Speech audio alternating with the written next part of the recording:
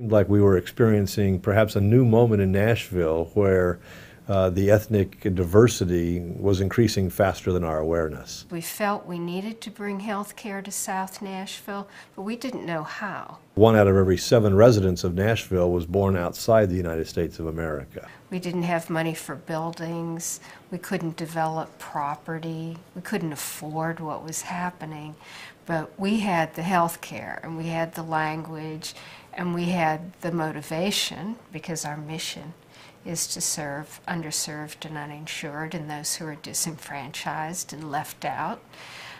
So we wanted to serve people, but we didn't have the means to do it in terms of the building. The idea of open doors, the idea of bringing 100 people together representing business and government and the nonprofit sector and healthcare and education, just for a conversation about this dynamic seemed to be appropriate. And we were thrilled to have an extraordinarily positive response.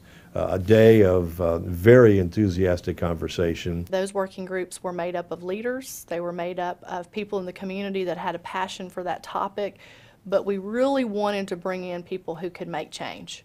So when we met Tom, it was like a breath of fresh air. One of the opportunities as a hospital, knowing that you are an access point, knowing that people are going to be drawn to you, are going to come to you, is there an opportunity to work or partner with other organizations to provide access? And you have people who really have a passion, and when you bring different people from different organizations that have the same passion, we were hopeful that good things would happen, and certainly it did in this case. He was really motivated to do something for the community and to do something more than hand out a piece of paper after the emergency room visit and tell people, here's now a clinic you can go to for follow-up care.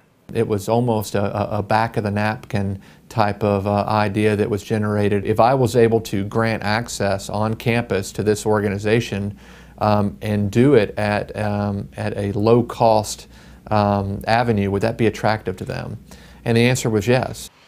Developing a clinic with a hospital on a hospital campus was a completely new model for us. How exciting.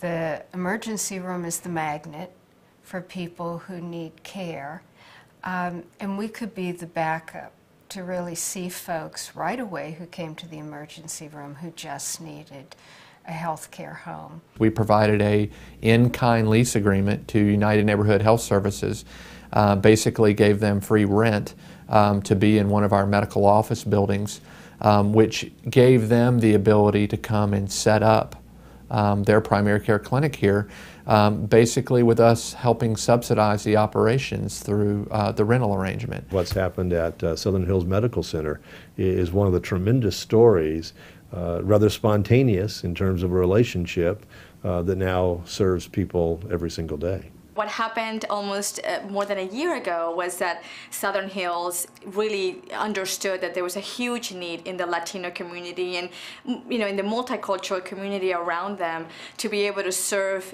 you know, that population in their culture and in their language. And also with the barrier that not having insurance or not having access to insurance was a huge need. So it really is a partnership of the patient, the hospital, and the primary care center. And every community should have those kinds of partnerships. So I think what Southern Hills did was absolutely understand the need, combine that with a passion to serve people, and also, you know, having the infrastructure to do it. So just by the mere fact that we're standing right here inside the Wallace Clinic, it is a huge success. Extremely proud to be part of an organization that that believes this in their mission and is courageous enough to step out and try to do something a little different to further the efforts of our own community. We say to our students that Nashville is their campus and the world is their classroom. We say we're building in Nashville in order to make a difference, to impact the world.